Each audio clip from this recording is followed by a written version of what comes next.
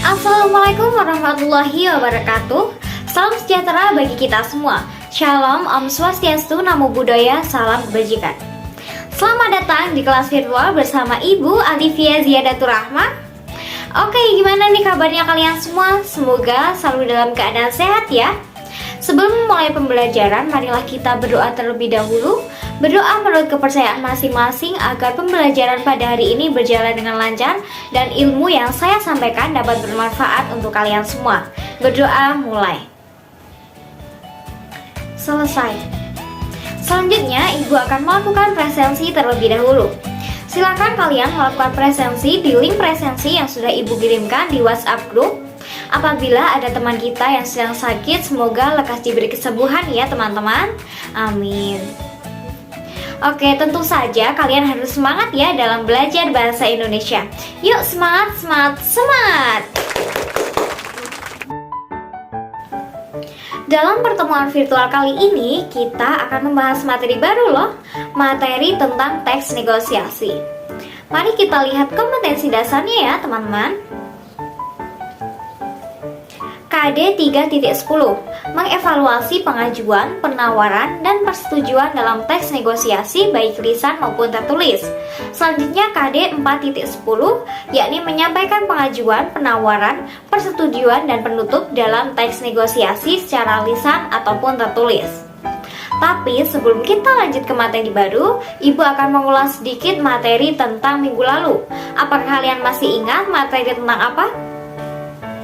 Ya, betul sekali, materi tentang buku non-fiksi dan novel, di mana kalian sudah mengetahui bagaimana cara meringkas dan menyusun ikhtisarnya. Sudah paham ya teman-teman? Dilihat dari tugas kemarin yang sudah Ibu sampaikan minggu lalu, kalian terlihat sudah paham bagaimana meringkas dan menyusun ikhtisar buku non-fiksi dan novel. Baik, mari kita lanjut ke materi baru tentang teks negosiasi. Untuk memulai pembelajaran kali ini, Ibu akan memberikan pertanyaan terlebih dahulu. Pertanyaannya yaitu, apa itu teks negosiasi? Apakah kalian tahu? Ya, betul sekali. Teks negosiasi adalah bentuk interaksi sosial yang bertujuan untuk mencapai kesepakatan di antara pihak-pihak yang mempunyai kepentingan yang berbeda. Apakah kalian pernah melakukan negosiasi? Pasti pernah ya teman-teman semua. Jadi kedua belah pihak yang melakukan negosiasi ini mempunyai hak terhadap hasil yang akan disepakati. Hasil akhir negosiasi ini harus mempunyai persetujuan dari semua pihak sehingga semua pihak menerima hasil akhir dengan kesepakatan bersama. Agar lebih jelasnya, Ibu akan memberikan contoh video negosiasi berikut ini.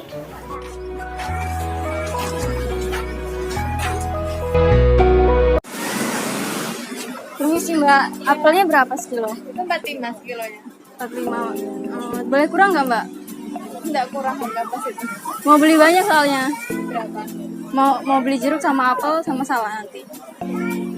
Mau berapa kilo? Sekilo. Kilo? Iya. Mana ya? Berapa kurangnya apel? Kurangnya 35 ada. 35? Iya. Ya udah Mbak, apelnya sekilo. Kilo? Ya.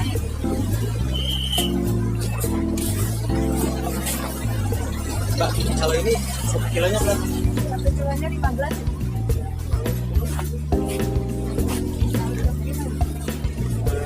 Cuma dikit sih. Kilo? Iya. 13 pas. Ya udah deh. Jadi ini. Oke. Mau beli buah apa lagi ya? Bagaimana kalau salad? Mbak, berapa salah sekilo? Salah kilonya 13. Boleh nawar berapa Mbak? 10.000 dapat kilonya. 10.000. Ya udah Mbak, salahnya sekilo. Oke.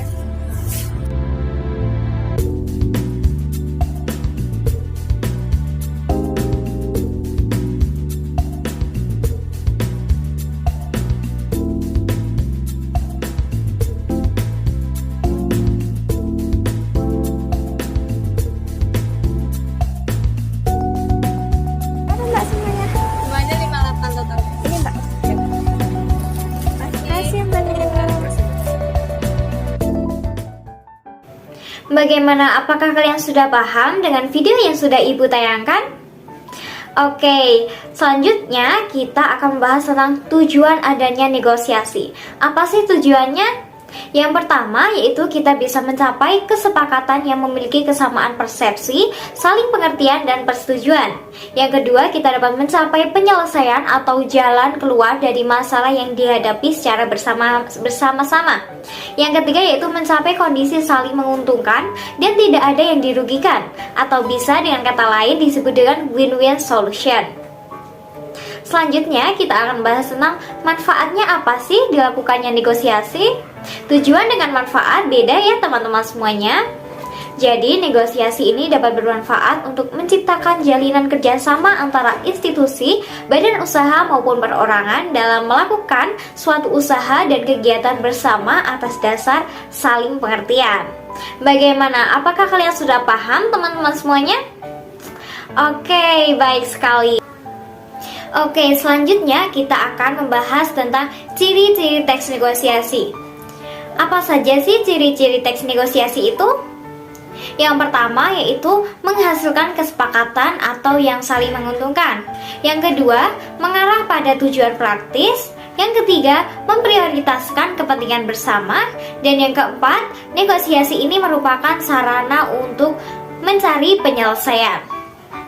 Bagaimana? Apakah kalian sudah paham dengan ciri-ciri teks negosiasi tersebut? Oke, baik sekali. Jadi kalian sudah paham ya bagaimana menentukan apakah ini teks negosiasi atau teks yang lain? Ya, selanjutnya teks negosiasi ini dibagi menjadi beberapa jenis. Seperti yang pertama, negosiasi ini berdasarkan situasi yang terdiri dari negosiasi formal dan informal, di mana negosiasi formal ini terjadi saat situasi yang sedang formal, dengan adanya perjanjian yang sah secara hukum. Yang kedua yaitu negosiasi informal. Ini dapat terjadi kapan saja, di mana saja, dan dengan siapa saja, tanpa membutuhkan perjanjian khusus. Jenis negosiasi selanjutnya yaitu negosiasi berdasarkan jumlah negosiator, yang terdiri dari negosiasi dengan pihak penengah dan negosiasi dengan tanpa pihak penengah. Negosiasi dengan pihak penengah yaitu negosiasi yang dilakukan oleh dua orang negosiator atau lebih dengan pihak penengah, di mana pihak penengah ini memberikan keputusan akhir dalam negosiasi tersebut. Yang kedua yaitu negosiasi tanpa pihak penengah, yakni dilakukan oleh dua orang negosiator, di mana keputusan negosiasi ini tergantung pada pihak yang bernegosiasi tersebut. Selanjutnya jenis yang ketiga yaitu negosiasi berdasarkan untung rugi, di mana terdapat beberapa negosiasi. Yang pertama yaitu negosiasi kolaborasi, yakni negosiator ini akan berusaha mencapai kesepakatan dengan menyatukan kepentingan masing-masing, yakni seperti win-win solution. Selanjutnya, negosiasi dominasi, yaitu dominan negosiator ini memperoleh keuntungan besar dari kesepakatan yang dicapai, sedangkan pihak lawan ini memperoleh keuntungan yang lebih sedikit, atau dengan kata lain, win-loss solution. Selanjutnya, negosiasi akomodasi, yakni negosiator ini memperoleh rugi, sedangkan pihak lawan ini mendapat keuntungan, atau dengan kata lain, loss-win solution. Selanjutnya yaitu negosiasi menghindari konflik, yakni kedua belah pihak ini menghindari konflik yang timbul, sehingga kedua belah pihak ini tidak bersepakat untuk menyelesaikan masalah, atau bisa disebut dengan loss-loss solution. Selanjutnya yaitu struktur teks negosiasi. Jadi teks negosiasi juga ada strukturnya ya teman-teman semuanya. Yang pertama ada orientasi. Sudah paham ya orientasi itu apa? Yakni kalimat pembuka seperti mengucapkan salam. Yang kedua yaitu permintaan. Permintaan adalah suatu hal berupa barang atau jasa yang ingin dibeli oleh pembeli atau konsumen. Yang ketiga pemenuhan, yakni pemenuhan hal berupa barang atau jasa dari pemberi jasa atau penjual yang diminta oleh pembeli atau konsumen. Selanjutnya ada penawaran, di mana terdapat proses tawar-menawar. Selanjutnya ada persetujuan, di mana persetujuan ini adalah keputusan antara dua belah pihak dari penawaran yang sudah dilakukan. Selanjutnya itu pembelian. Pembelian ini adalah keputusan konsumen, jadi menerima atau menyetujui penawaran itu atau tidak. Yang terakhir yaitu penutup, yakni berupa kalimat penutup seperti salam penutup. Bagaimana? Apakah kalian sudah paham apa saja struktur dalam teks negosiasi? Ya, baik sekali. Oke, selanjutnya kita akan membahas tentang bagaimana mengevaluasi pengajuan penawaran dan persetujuan dalam teks negosiasi baik secara lisan maupun tertulis. Berikut akan Ibu tampilkan contoh negosiasi yang akan dievaluasi berdasarkan kelebihan dan kekurangannya. Simaklah dengan baik dan pahami pengajuan dan penawaran yang disampaikan oleh kedua belah pihak ya.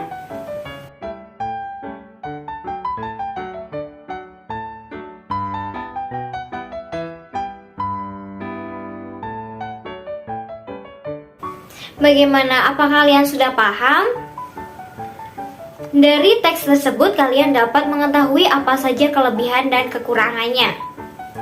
Oke, selanjutnya negosiasi ini artinya proses tawar-menawar dengan cara berunding demi mencapai kesepakatan bersama antara satu pihak dengan pihak lain yang dapat ditemukan dalam bentuk teks dan percakapan. Selanjutnya akan Ibu jelaskan bagaimana cara mengevaluasi pengajuan, penawaran, dan persetujuan dalam teks negosiasi.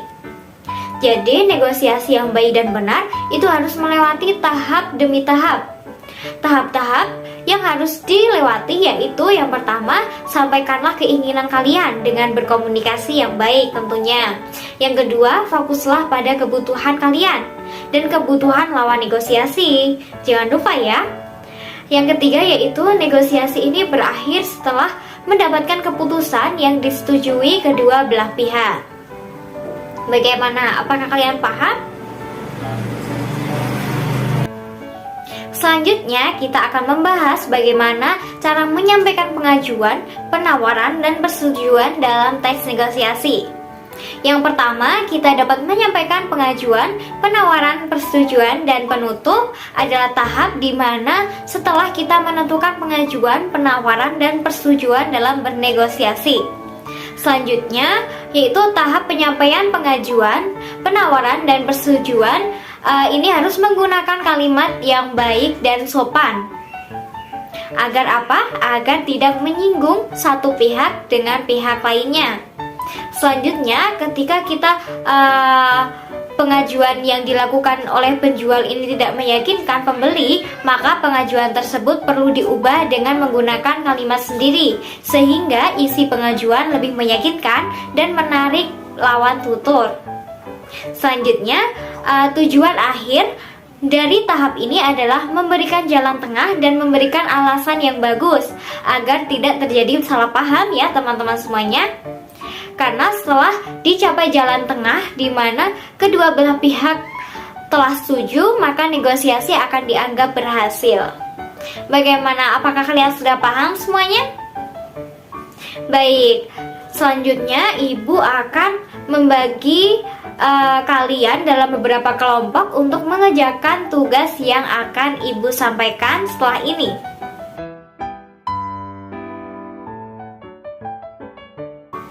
Untuk tugasnya sudah Ibu sampaikan ya tadi mengenai teks negosiasi. Untuk pengumpulannya dikumpulkan di Google Drive, nanti akan Ibu kirimkan linknya di WhatsApp group ya. Kerjakanlah dengan sungguh-sungguh, karena agar mendapat pengetahuan dan wawasan yang luas dimulai dari diri kita sendiri. Untuk batas pengumpulannya, Ibu tunggu 3 hari ke depan ya teman-teman semuanya. Sebelum pembelajaran virtual ini berakhir, akan Ibu simpulkan pembelajaran pada hari ini. Jadi, apa sih tadi teks negosiasi? Masih ingat? Ya, teks negosiasi adalah bentuk interaksi sosial yang bertujuan untuk mencapai kesepakatan di antara pihak-pihak yang mempunyai kepentingan yang berbeda. Di mana teks negosiasi ini bertujuan untuk mencapai penyelesaian dan kesepakatan dari mereka yang memiliki tujuan yang berbeda tanpa merugikan salah satu pihaknya. Di mana teks negosiasi juga memiliki ciri-ciri. yakni seperti menghasilkan kesepakatan, mengarahkan pada tujuan yang praktis, memprioritaskan kepentingan bersama. Selanjutnya, apakah kalian masih ingat teks negosiasi dibagi menjadi beberapa jenis? Iya, 3. Jadi, negosiasi berdasarkan situasi, negosiasi berdasarkan jumlah negosiator, dan negosiasi berdasarkan untung rugi. Selanjutnya, teks negosiasi ini juga memiliki struktur seperti orientasi, permintaan, pemenuhan, penawaran, persetujuan, pembelian, dan yang terakhir yaitu penutup. Dalam negosiasi yang baik ini terdapat pengajuan, penawaran, dan persetujuan. Pasti ada 3 hal tersebut ya teman-teman. Selanjutnya, tahap-tahap bernegosiasi yang baik itu seperti apa? Ya, yang pertama, ketika bernegosiasi, sampaikanlah keinginan kalian dengan berkomunikasi yang baik. Yang kedua, fokuslah pada kebutuhan kalian dan kebutuhan lawan negosiasi. Dan yang ketiga, negosiasi ini berakhir setelah mendapatkan keputusan yang disetujui kedua belah pihak. Oke, selanjutnya, setelah menentukan pengajuan penawaran, persetujuan, tahap selanjutnya, kalian dapat menyampaikan pengajuan, penawaran, dan persetujuan tersebut. Dalam menyampaikan pengajuan, penawaran, dan persetujuan, kalian harus menggunakan kalimat yang baik dan sopan. Iya, betul sekali. Tujuan akhir dari tahap ini adalah mencapai jalan tengah yang telah disepakati antara kedua belah pihak. Nah, bagaimana? Apakah kalian sudah paham? Ya, baik. Nah, untuk materi minggu depan, kita masih membahas tentang teks negosiasi ya teman-teman. Jangan lupa tetap belajar ya, dan tetap jaga kesehatan kalian dengan mematuhi protokol kesehatan. Baik, sebelum kita akhiri pertemuan virtual kali ini, marilah kita membaca hamdalah bersama. Alhamdulillahirrabbilalamin. Semoga ilmu yang sudah kita dapatkan pada hari ini dapat bermanfaat ya teman-teman semua. Sekian yang dapat Ibu sampaikan. Apabila ada kesalahan dalam perkataan maupun sikap, Ibu mohon maaf yang sebesar-besarnya. Terima kasih. Wassalamualaikum warahmatullahi wabarakatuh. Sampai jumpa.